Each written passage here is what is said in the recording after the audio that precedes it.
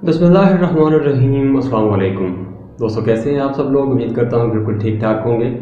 मैं हूँ आपका दोस्त और होस्ट नुमान अली और आप देख रहे हैं doctor Numan Ali Hamza YouTube channel.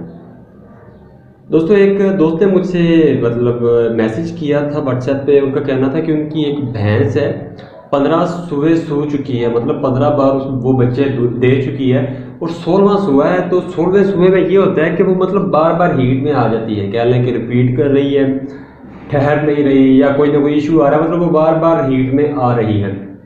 तो भाई ने पूछा कि क्या हल करें। तो आज की इस वीडियो में हम यही बात करेंगे कि ऐसा जानवर जो मतलब पहले बिल्कुल ठीक हो लेकिन अचानक से उसके अंदर कह लें कि ये प्रॉब्लम आनी शुरू हो जाए कि वो रिपीट करना शुरू कर दे, तो ऐसे जानवर के लिए हमें क्या करना चाहिए।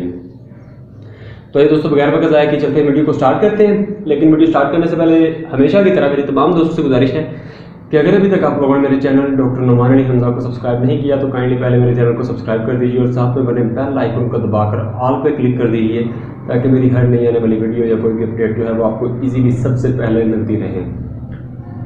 तो आइए दोस्तों, बगैर वक्त ज़ाया किए चलते हैं, वीडियो को स्टार्ट करते हैं।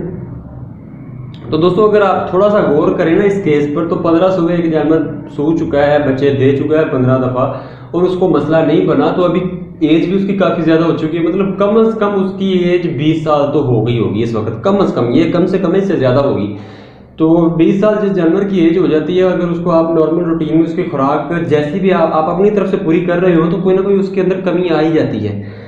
या तो वैसे ताकत की कमी, मतलब आप उसको बंडा नहीं डालते, बाड़ा नहीं डालते, खाल चोकर रोटियां टुकड़े ये जो है आप नहीं डाल रहे होते, या फिर सिंपल आप सिर्फ यही डाल रहे होते हैं, कोई डीसीपी मिनरल मिक्सचर्स ये आप नहीं दे रहे होते, मतलब जो कह लें कि आप एक्स्ट्रा सप्लीमेंट्स जो हैं वो आप नहीं इस्तेमाल करवा रहे होते। तो ऐसी सूरत हाल में जानवर के अंदर ये कॉमन सी बात है और ये एक कह लें कि मतलब बहुत रेयर केसेस में होता है कि इतने के सुबह जो है वो जानवर सुबह बच्चे दे 15 दफ़ा और उसके बाद 16वें में ये मसला बढ़े। और 15 सुबह भी मतलब मैंने फर्स्ट केस सुना है, मतलब होते होंगे लेकिन मैंने पहले कभी नहीं सुना कि एक ऐसा जानवर हो जो 15 सुबह सो चुका हो।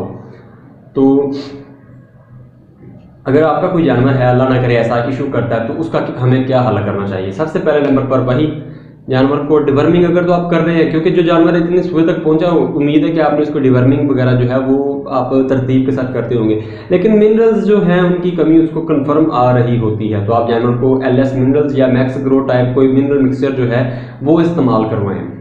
मिनरल मिक्सचर के इस्तेमाल के बाद जब आप जानवर आपका हीट में आता है, आप टीका रखवाते हैं, AI करवाते हैं या फिर नेचुरली क्रॉस करवाते हैं। क्रॉस करवाने के बाद आपने क्या करना है, सबसे पहले नंबर पर उसको तेल या फिर मुश्क काफूर की टिक्कियाँ होती हैं वो इस्तेमाल करवाएं।